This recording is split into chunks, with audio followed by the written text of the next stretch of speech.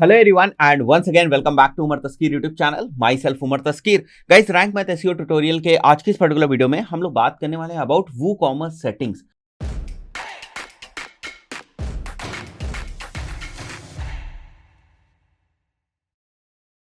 Guys Rank math plugin के अंदर हमें वूकॉमर्स से रिलेटेड कुछ सेटिंग्स हमें मिलती है, उनको हम लोग देखने वाले हैं। गाइस वैसे अगर हम लोग ई कॉमर्स एसईओ की बात करें तो बहुत सारी चीजें होती हैं ई कॉमर्स एसईओ के अंदर, और ऐसा नहीं कि जितने ऑप्शंस अभी मैं आपको जो इस प्लगइन के अंदर दिखाऊंगा बस वही इंपॉर्टेंट है, उसके अलावा जो है वो ई कॉमर्स एसईओ में कुछ नहीं होता है, ऐसा बिल्कुल नहीं। वो केवल 5% है। बट क्योंकि हम लोग यहाँ पर रैंक मैथ एसईओ प्लगइन को समझ रहे हैं, इसलिए ये प्लगइन क्या फंक्शनैलिटी हमें प्रोवाइड करती है उसको समझना जरूरी है। बट ई कॉमर्स एसईओ इससे कहीं बहुत ज्यादा है। तो यहां पर कुछ ही फीचर्स हैं जिनको मैं आपको एक्सप्लेन करने वाला हूं, ठीक है।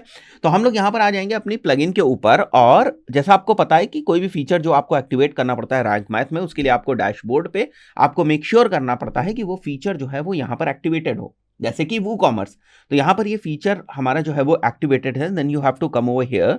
यहां पर आपको आना है जनरल सेटिंग्स में, और जनरल सेटिंग्स में आपको एक देख रहे हो आप यहां पर वो कॉमर्स का एक ऑप्शन आपको दिख रहा है। अब यहां पर जितनी भी आप सेटिंग्स देखोगे वो ज्यादातर सेटिंग्स आपको यूआरएल ऑप्टिमाइजेशन से रिलेटेड मिलेंगी, और ये जितने भी सेटिंग्स है कोई बहुत ज्यादा कंपलसरी सेटिंग्स नहीं है। मतलब बहुत सारी चीजें आपके ऊपर डिपेंड करती है कि आप ये चीज रखना चाहते हैं या नहीं रखना चाहते। तो चलिए एक एक करके देख लेते हैं क्या क्या ऑप्शंस हमें यहां पर देखने को मिलते हैं। गाइस जो सबसे पहला फीचर है वो रिमूव बेस का है। अब रिमूव बेस का मतलब क्या होता है, देखो समझो। आपने देखा होगा जब आप अपनी वर्डप्रेस की वेबसाइट के ऊपर जाते हैं, जैसे मैं यहां पर आ जाता हूं, ये हमारी एक वर्डप्रेस की वेबसाइट है जो वो कॉमर्स के ऊपर है, ठीक है। और अगर मैं जैसे किसी भी प्रोडक्ट को ओपन करता हूं तो आप देखते हो जैसे यहां पर आपको प्रोडक्ट दिख रहा है या आपको शॉप दिखता है, ठीक है। तो इस टाइप की चीजें आपको दिखती हैं, फाइन। तो ये जो कहलाता है हमारा, ये एक्चुअली बेस कहलाता है।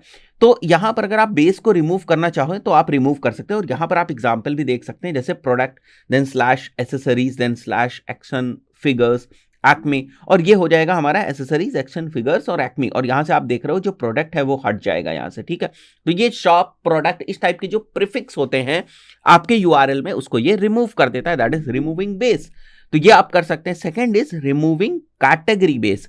कई बार आपने देखा होगा कि जो प्रोडक्ट कैटेगरी होती हैं वो आपको दिखाई देती है, जैसे यहां पर आपको दिख रहा है प्रोडक्ट कैटेगरी। जैसे अगर मैं यहां पर आ जाऊं वेबसाइट के ऊपर, फाइन, यहां पर अगर मैं वेबसाइट के ऊपर आ जाता हूं अपनी, और जैसे आप जाते हैं यहां पर, जैसे मैं क्लॉथिंग में जाता हूं, ठीक है, तो आप देख रहे हो यहां पर आपको प्रोडक्ट कैटेगरी दिख रही है। तो इस बात के ऊपर भी डिपेंड करता है कि आपने अपनी वेबसाइट को किस तरीके से बनाया हुआ है। अगर आपने कैटेगरीज वगैरह बनाई हुई है, बैकएंड में कैटेगरीज भी बनती हैं और सब कैटेगरीज भी बनती हैं, इस चीज को ध्यान रखना। तो यहां पर हमें कैटेगरी दिख रही है, तो if we want to remove this category we can go head and ये हम यहां से रिमूव कर सकते हैं कैटेगरी बेस। एंड इसके बाद जो थर्ड ऑप्शन है वो है रिमूविंग पेरेंट स्लग का। अब पेरेंट स्लग क्या होता है, देखो यहां एग्जांपल से समझो। यहां पर जैसे प्रोडक्ट कैटेगरी आ गया, और प्रोडक्ट कैटेगरी के बाद आप देख रहे हो यहां एसेसरीज आ रहा है, ठीक है। बिल्कुल वैसे ही जैसे इस वाले एग्जांपल में हम लोग प्रोडक्ट कैटेगरी के बाद क्लॉथिंग देख रहे हैं। तो पेरेंट स्लग को रिमूव करने का मतलब यह है कि ये जो क्लोथिंग वाला ऑप्शन है आप इसको रिमूव कर दें यहां से। ये जो आप देख रहे हैं क्लोथिंग वाला ऑप्शन, इसको अगर आप यहां पर इसको एक्टिवेट कर देंगे तो फिर ये क्लोथिंग वाला ऑप्शन जो है वो रिमूव हो जाएगा। और एग्जांपल से आपको समझ में आ रहा है। अब ये सारी चीजें ना ऐसी नहीं है जो आपके एसईओ के ऊपर बहुत ज्यादा फर्क डालने वाली है, ठीक है। It totally depends on you कि आप ये चाहते हैं या नहीं चाहते हैं। कुछ चीजें रिकमेंडेड है, जैसे जो जनरेटर टैग है, जैसे जब कभी भी हम लोग वो कॉमर्स के ऊपर अपनी वेबसाइट बनाते हैं तो एक हमारा जनरेटर टैग जो है वो बन जाता है। जैसे मैं आपको यहां पर दिखा देता हूं, यहां पर अगर हम लोग आ जाएं अपनी वेबसाइट के बैकएंड में, और मैंने जनरेटर सर्च करके रखा हुआ है ऑलरेडी, तो मेटा नेम आप जनरेटर देख रहे हो, कंटेंट वर्डप्रेस। तो हम इसको ना यहां से डिस्प्ले जो ये हो रहा है इसको हम लोग रिमूव कर सकते हैं यहां से, that we can do with the help of this thing. तो ये थोड़ा सा सिक्योर, ठीक है, पॉइंट ऑफ व्यू से हम लोग इस चीज को कर सकते हैं, ठीक है। एंड विद दिस फीचर जो रिमूव स्कीमा मार्कअप का आपको दिख रहा है, इसकी हेल्प से आपके जो शॉप आर्काइव्स पेजेस के ऊपर जो स्कीमा होता है उसको आप रिमूव कर सकते हैं। देन गाइस नेक्स्ट ऑप्शन जो आपको यहां पर दिख रहा है दैट इज एक्चुअली ब्रांड। अब होता क्या है, देखो अगर आप अपनी वो कॉमर्स वेबसाइट्स के ऊपर डिफरेंट डिफरेंट प्रोडक्ट्स को अपलोड करते हो तो हर उन प्रोडक्ट्स का अपना कुछ ना कुछ ब्रांड होती है, और ब्रांड बहुत ही इंपॉर्टेंट चीज है। अगर आप के जो प्रोडक्ट्स हैं उनकी ब्रांड नहीं होगी तो गूगल मर्चेंट सेंटर भी उन प्रोडक्ट्स को अप्रूव नहीं करेगा। तो ऐसे बहुत सारी इंपॉर्टेंस हैं जो ब्रांड की हैं, फाइन। तो अब आपको क्या करना है, आपके जो प्रोडक्ट टैक्सोनॉमी है उसमें ब्रांड कहां पर है उसको आपको समझना है और उसको आपको सेलेक्ट करना है, या फिर आप अगर नन भी सेलेक्ट कर लोगे देन ऑल्सो ये बाय डिफॉल्ट डिटेक्ट कर लेता है ब्रांड को, उसमें दिक्कत की कोई बात नहीं है। क्योंकि जो हमारा रैंक मैथ प्लगइन है ना, वो बहुत सारी जो स्कीमा डेटा है वो हमारी वेबसाइट में ऐड करता है। स्कीमा डेटा के साथ साथ उसे जो है ना वो ब्रांड को भी ऐड करना पड़ता है। तो बहुत सारी ऐसी स्कीमा डेटा होती है जिसमें ब्रांड को भी हम लोग शो कराते हैं कि ये ब्रांड है, ठीक है, इस प्रोडक्ट की ये ब्रांड है, ये प्रोडक्ट की आईडी है, प्रोडक्ट का प्राइस है, ये प्रोडक्ट का टाइटल है, डिस्क्रिप्शन है। तो प्रोडक्ट की बहुत सारी डेटा होती है उस स्कीमा टाइप में। प्रोडक्ट टाइप ऑफ स्कीमा की अगर मैं बात करूं तो उसमें हमारा ब्रांड जो है वो भी शो करानी है। फाइन।